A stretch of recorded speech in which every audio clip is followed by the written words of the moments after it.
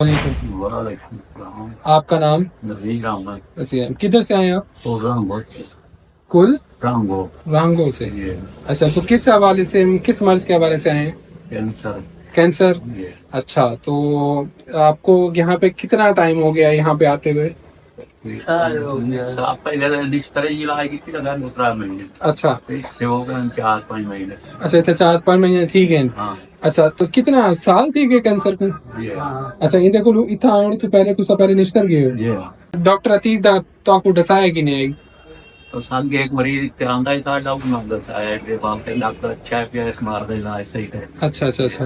ये ਤੇ ਤੁਹਾਡਾ ਜਿਹੜਾ ਹੈ ਕੈਂਸਰ ਜਿੰਨਾ ਬਜ਼ੁਰਗ ਦਾ ਹੈ ਪਿਆ ਤੇ ਉਹ ਅਫਾਕਾ ਹੈ ਉਹਦੇ ਵਿੱਚ ਕੋਈ ਦਰਦ ਹੈ ਜਾਂ ਕੋਈ ਜੋ दर्द को या तो वो गिनौल भी आता है। ਬਿਹਤਰ ਹੈ? ये ਬਾਕੀ ਕੋਈ ਤੁਹਾਨੂੰ ਲੱਗਦਾ ਹੋਵੇ ਇਥੋਂ ਦੇ ਅਮਲੇ ਦਾ ਕੋਈ ਕਿ ਕੋਈ नहीं ਤਬਦੀਲੀ ਦੀ ਲੋੜ ਹੈ, ਕੋਈ ਕਈ ਨੇ ਬਦਤਮੀਜ਼ੀ ਕੀਤੀ ਹੋਵੇ नहीं कोई अपनी ਜਾਂ ਕੋਈ ਸਾਫ ਸਫਾਈ ਦਾ ਤੁਹਾਨੂੰ ਲੱਗਦਾ ਹੋਵੇ सही ਜਾਂ है। ਬਾਈ ਕੋਈ ਸ਼ਾਇਦ ਤੁਹਾਨੂੰ ਲੱਗਦੀ ਹੋਵੇ ਕਿ ਇੱਥਾ ਕਲੀਨਿਕ ਦੀ ਤਬਦੀਲ ਦੀ ਜ਼ਰੂਰਤ ਹੈ नहीं कुछ चीज ਤੇ ਡਾਕਟਰ ਸਾਹਿਬ ਤੁਹਾਨੂੰ ਸਹੀ ਟਾਈਮ ਦਿੰਦੇ ਪਏ? ये सही है। ਸਹੀ ਟਾਈਮ ਦਿੰਦੇ? ये ਚਲ, ये ਜਜ਼ਾਕ। हाँ।